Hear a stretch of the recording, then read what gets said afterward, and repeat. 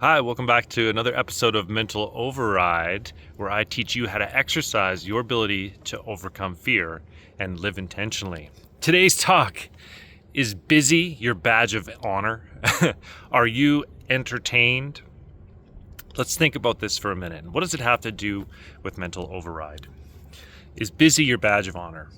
I live in central Alberta, and there are a lot of trades that people do here. And there's some big cities like Edmonton and Calgary. And a lot of the times I hear people wearing busy like a badge of honor. Well, what are you doing? I'm busy. I got no time. I'm doing this, I'm doing that. Now, is it okay to be busy?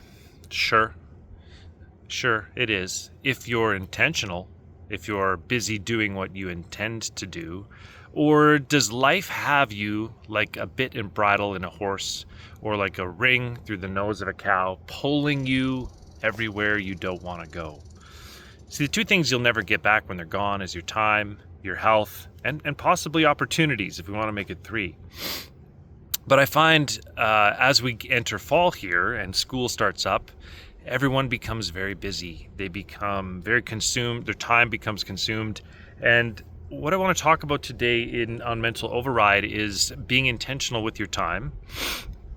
And how do you not be busy, or how do you be busy doing what's important to you? And on the flip side of this is also entertainment. So a lot of times in the fall here, people are busy being entertained. So you're not exactly creating anything when you're being entertained. Now, is entertainment wrong? I think that is maybe the wrong question. Perhaps you should ask yourself, am I being entertained to distract me from what matters most? You see, you can't serve two masters. You can't be intentional with your life and be entertained at the same time. Eventually, you're going to find an impasse where your decision to be intentional takes up more time than your decision to be entertained. You'll realize that it takes work. It takes daily routines, habits, and choices of discipline in order to have these habits and routines. And be busy doing the things that you want to do or that you intend to do. So are you entertained? You see, entertainment does a couple things when it comes to mental override and our ability to act. Entertainment, I'll give you an example. When a kid plays a video game, they can sit at it for hours. When it comes time to do work, say their schoolwork, or be creative, they can maybe take 10-minute doses at a time, because there is a constant reward with entertainment, and it affects your dopaminergic system in your body that creates this dopamine is constantly being ignited, and the rewards are instantaneous. So mental override involves delayed gratification. It is enacting your willpower to choose something in spite of fear, in spite of the anxiety that we may feel.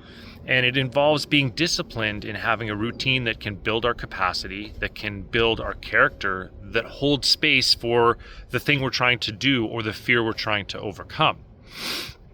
So, are you being entertained? Are you watching your favorite sports team?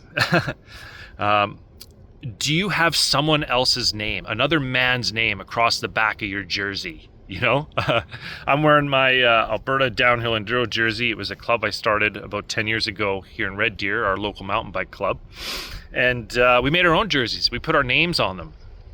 Are you watching other people live their best life? Are you watching them create a future for themselves?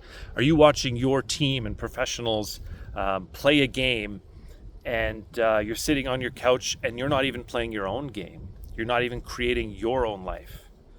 What if you were to change your environment? For me, I took photos of all the things we did this summer with my family, and I had them printed into canvas prints and put all over the walls of my house.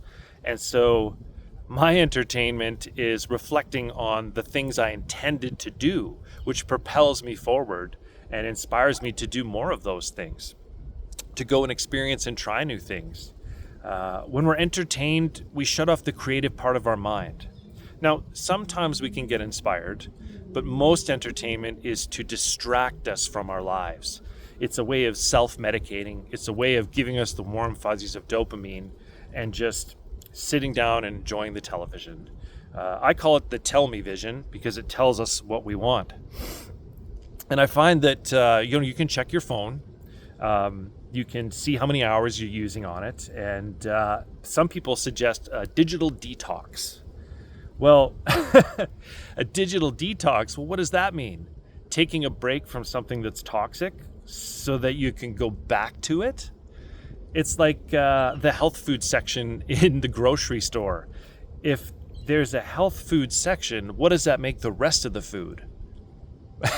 So consider, are you being entertained? Do you need a digital detox, or do you need to remove the toxin from your life? When we removed our television, it wasn't like we said, oh, we're just going to get rid of cable. That's too easy. We got rid of the TV itself. There's no TV in our living room. And that changed our environment, which changed our inspiration. It changed our outcomes. We stopped being entertained and we started imagining.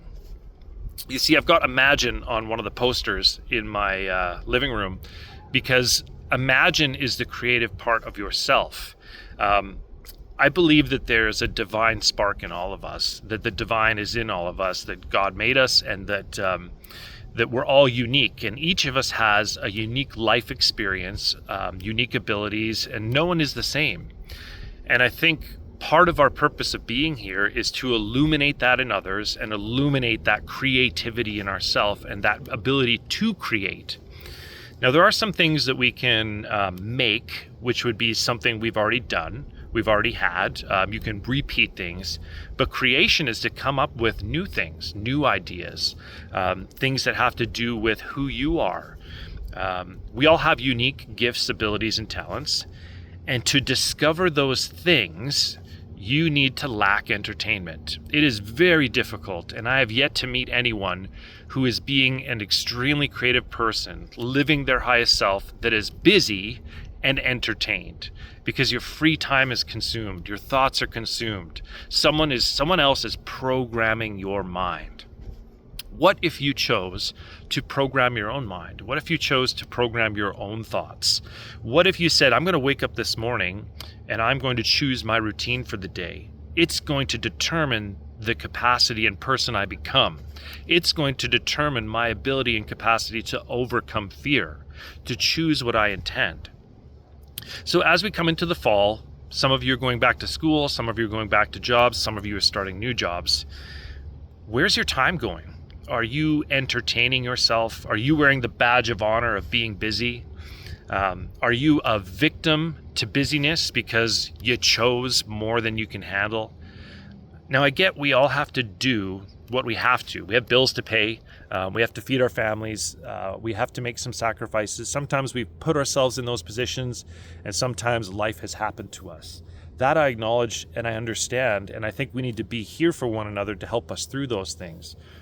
That's why community is one of my core values. I think that we can't get through life on our own. We need each other.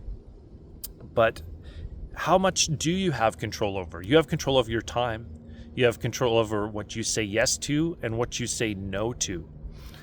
You have control over your routines.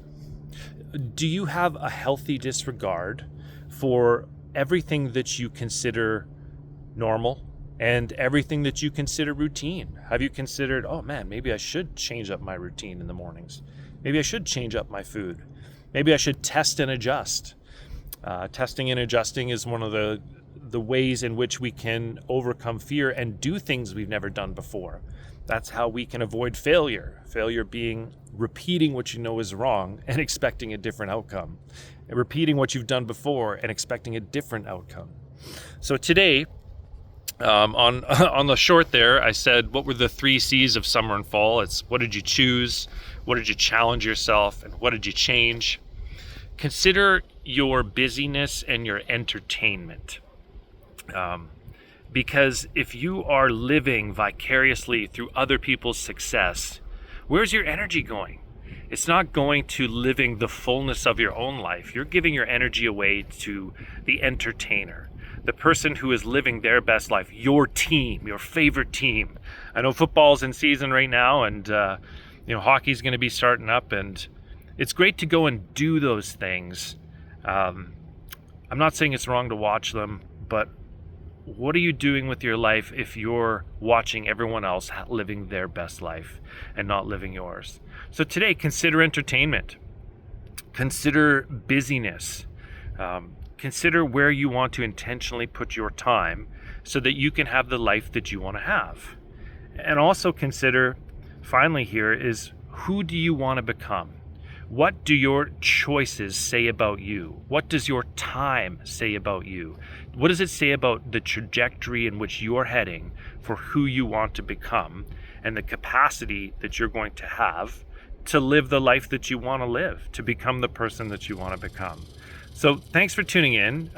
It would mean a lot to me if you commented down below on what you're choosing this fall, what you're challenging yourself with, or what you're changing.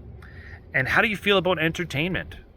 I'm not against watching a movie once in a while, going to a theater, doing something, watching the arts, watching people perform. But are you caught up in the bread and circus? Are you in the Coliseum watching all the entertainment while your world crumbles around you? Or are you able to accept and face what is happening in your life and ask yourself, what can I do about it? What can I change? What do I want? Why do I want it? What do I believe? And what actions will I take? Thanks.